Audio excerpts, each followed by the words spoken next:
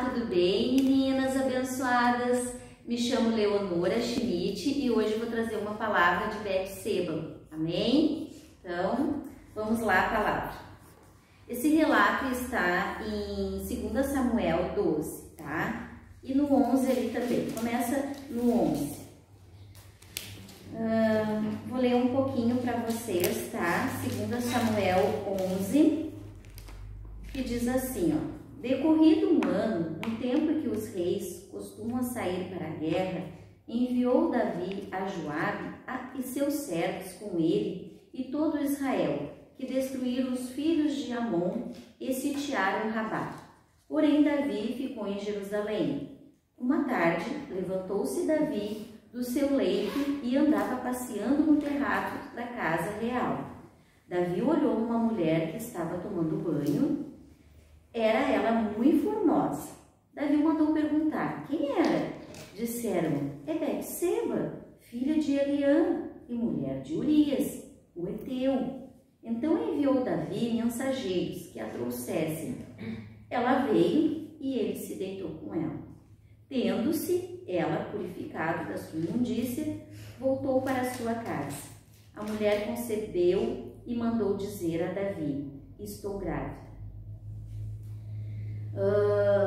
Davi tinha sido mandado para ir para a guerra, só que ele não quis ir. Ele resolveu ficar naquele momento em desobediência, porque um rei ele sempre tem que ir com seus servos para a batalha, e naquele momento ele não quis ir.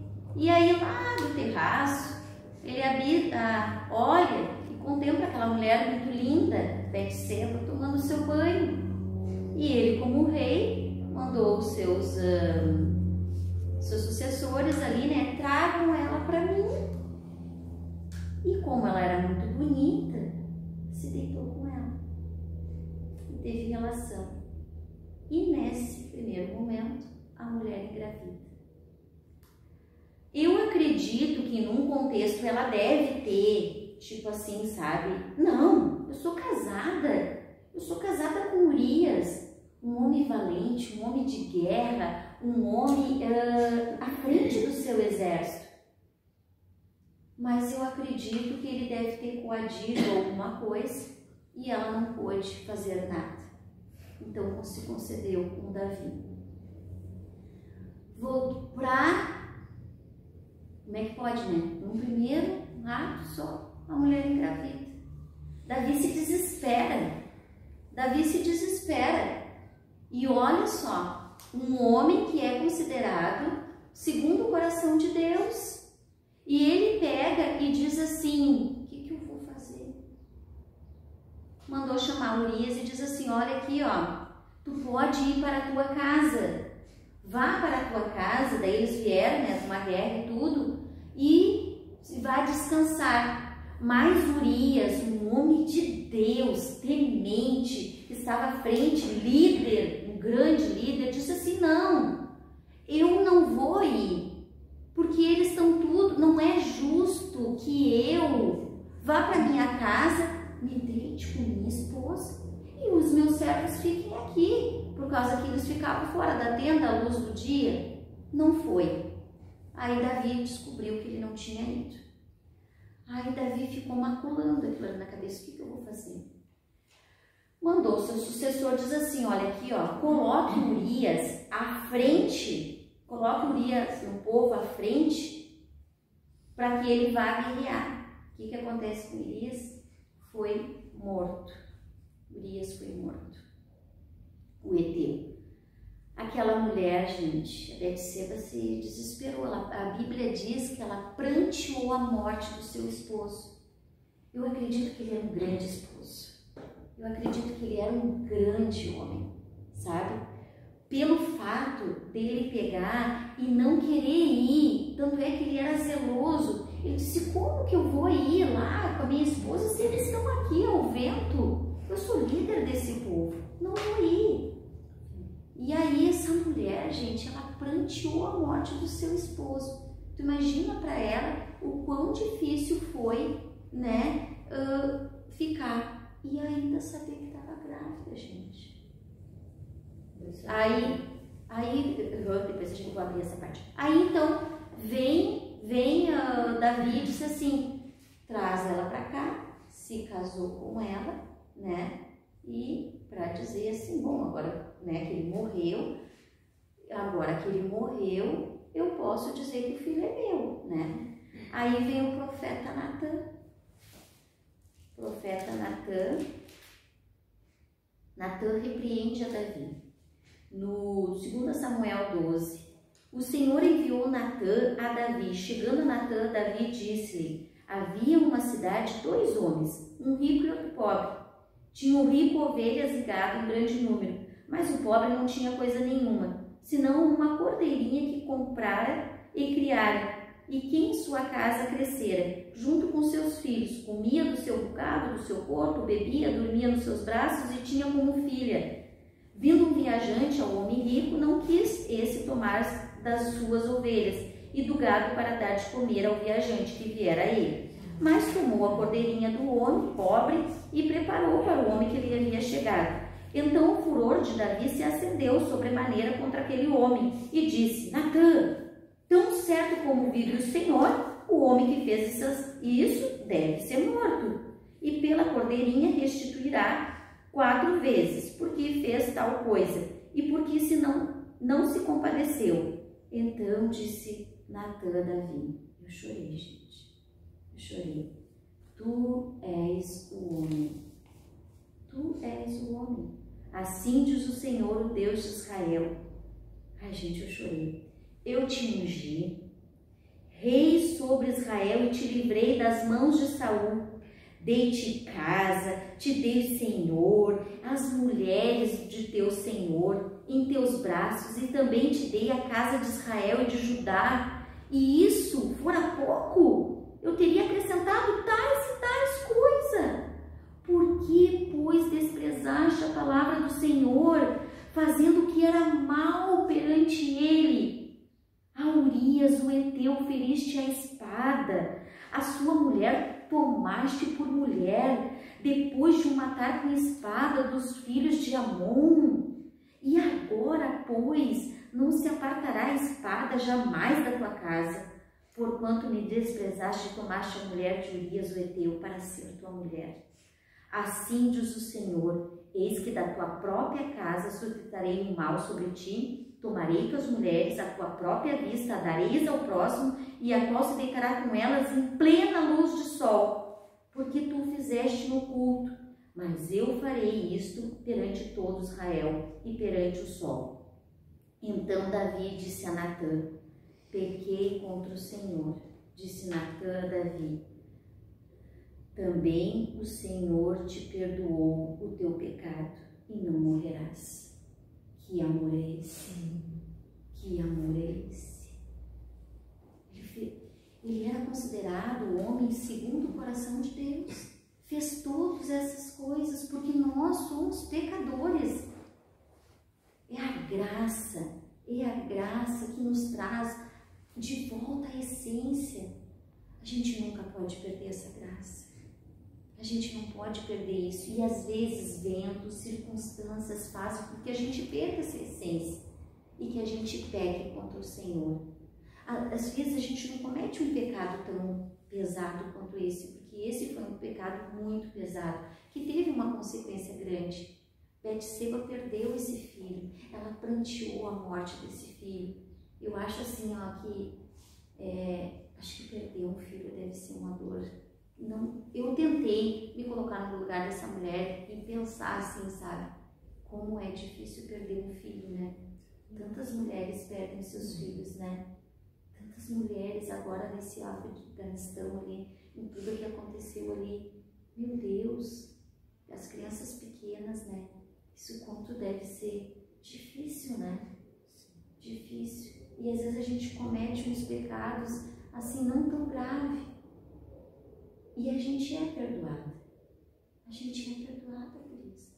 Porque um pecado tão grave desse, o próprio Natã disse para ele, mas também o Senhor te perdoou o teu pecado, tu não morrerás. Davi ainda pôde governar mais um tempo, né? Deus não deixou ele chorar pela morte daquele filho. Enxuga tuas lágrimas agora, levanta a tua cabeça e vai cuidar do povo. Foi assim. Tem horas que Deus vai ser muito positivo com a gente. Ele precisa ser positivo com a gente. Eu já me pegou assim, ó, bem pegado. Mas também quando ele também quer me dar um carinho, ele me coloca no colo. Ele me chama de filho. Ele me dá um abraço. E só o abraço de Deus nos cura. Não tem abraço de filho, porque sabe o que é? Os filhos são rebeldes. Às vezes os filhos, eles não dão valor para a grande mulher e mãe de Deus que a gente é. Mas por quê? Porque é assim. Se eu for falar com cada uma dentro da sua casa, a gente vai ter histórias de relato de desobediência. Mas porque nós também somos. Quantas vezes a gente foi desobediente, né, aos nossos pais? Eu não posso dizer muito a respeito disso, assim, porque eu não tive, né? Eu não tive a mãe e o pai muito menos. Eu fui criada em várias casas. Então eu não posso dizer esse tipo de coisa para vocês, porque eu não vivi. Mas eu procuro muito na palavra de Deus a não deixar isso para os meus filhos, entendeu? Porque ainda são pequenos. Então sempre quando eu me ajoelho, que eu oro por eles, eu digo, Deus, me dá sabedoria e entendimento, para que eles não seja respingado todo o meu passado sobre eles e por causa do meu passado que eu não prejudique a vida deles, façam deles umas porcaria, né? Que nem agora o Arthur tá com um negócio que tá com medo. Eu digo, tu é forte e corajoso, amigo de Deus. Tu não tem medo. A Isabelle era pequena e eu sempre disse para ela, tu é forte e corajosa, tu é forte e corajosa. Era pequena, às vezes dormindo. Mas porque eu tive um respaldo do Senhor, bem nova, com 22 anos, Deus foi bom comigo, sabe? Deus foi misericordioso comigo, porque toda a minha história por trás, né, de decepção, de rejeição, porque a minha mãe me rejeitou quando eu nasci. Não posso cuidar, não tenho condições de cuidar. Aí o pai cuidou, com 4 anos o pai conseguiu a madrasta. Contei um relato para vocês no outro, que vocês já sabem. Então tudo isso daí foram processos que foram sendo curados. Mas não é da noite para o dia, ninguém se cura, ninguém se transforma da noite para o dia. É um processo. É um processo, todos os dias, um pouquinho. Agora, a maior transformação acontece com intimidade com Deus. Davi fez esse pecado terrível. Eu disse, Senhor, como é que ele conseguiu? Ele era tão assim. Porque ele é homem como eu e como nós. Ele é homem, ele é carne. A nossa carne milita contra o Espírito. A nossa carne é contra Deus. Por isso que nós temos que matar ela. Matar. Por isso que aquele hino que diz, eu sobrevivi, é descendo do nosso orgulho, é descendo da nossa avareza. A nossa carne quer dar pulos. Eu vejo às vezes a minha carne assim, ó. Eu sou submissa a isso aqui. Às vezes leva uns dias, às vezes não sai aquela ira, aquela coisa, aquele problema, tá a hora assim, sabe? Às vezes leva 5 dias, 6 dias, 10 dias. Já teve uma situação que aconteceu que foi bem pesada, sabe, né? Levou 15 dias para sair. Eu não queria aquilo em mim. Mas demorou 15 dias. Eu disse, ai Senhor, podia ter sido mais rápido, né? Mais rápido eu ficava mais leve, mais rápido eu ficava menos cansada, mais rápido, entendeu? Porque quanto mais tempo a gente fica naquele problema, mais cansada tu fica. Sim. A gente fica muito exausta, a gente fica muito cansada. Sabe por quê? Porque a presença de Deus sai. E a presença de Deus é que nos renova, a presença de Deus é que nos fortalece. Com Deus a gente fica forte, gente. A gente fica animada, fortificada, alegre. Eu sempre guardo uma palavra, né? Quando eu não estou muito alegre, eu sei que a presença de Deus se retirou. Porque a alegria do Senhor é a nossa força. A alegria do Senhor é a nossa força. Então eu digo assim, ó, eu não estou alegre, eu não estou com força, eu não estou revigorada, eu não estou conseguindo fazer as coisas, eu estou fora da presença de Deus. Mas aí vem a parte boa. Aí ela planteou pelo filho, né? Mas assim, ó, como Deus é maravilhoso, né? Ali, ó, Davi lutou pelo menino, tá? O menino ficou doente, Davi entrou com jejum, entrou com súplica, mas a criança morreu. Porém, no devido tempo, Betseba e Davi tiveram outro filho, a qual chamaram Salomão. Como rainha, ela deve ter ficado sabendo de muitas intrigas dos filhos de Davi com esses que se levantaram contra o pai e lutaram contra si para tomar o poder. Perto do final da vida de Davi, Betseba ouviu boatos que o outro filho, Adonias, havia se proclamado rei e era politicamente... não terminei de escrever. Mas assim, ó, os outros filhos também estavam de olho no reinado, queriam já o reinado, né? Mas ela, como uma mulher sábia, né? Ela foi ali, fez tudo, daí ela passou por aquele pranto, mas se tornou rainha, mãe de Salomão. E ela, com certeza, é uma mulher influente, era uma mulher que influenciava muitas coisas. Então, às vezes as pessoas olham para a história de Davi, isso aqui Deus me mostrou, olham para a história de Davi, ai, Davi. Mas quem estava por trás de Davi? Betseba. Com certeza ela se tornou uma mulher de oração. Com certeza, porque o Davi era um homem de oração. Com certeza, o esposo influenciou a esposa. E ela se tornou a rainha. Deus perdoou o pecado de Davi. E Salomão foi o que foi porque tinha uma mãe que orava. Então, a importância da nossa intercessão para os nossos filhos, ainda que e apesar de eles possam não estar totalmente na presença de Deus, ou possam estar em rebeldia, ou possam ter qualquer coisa, ainda assim eles se tornarão Salomão. Ainda assim há uma promessa. Ainda assim.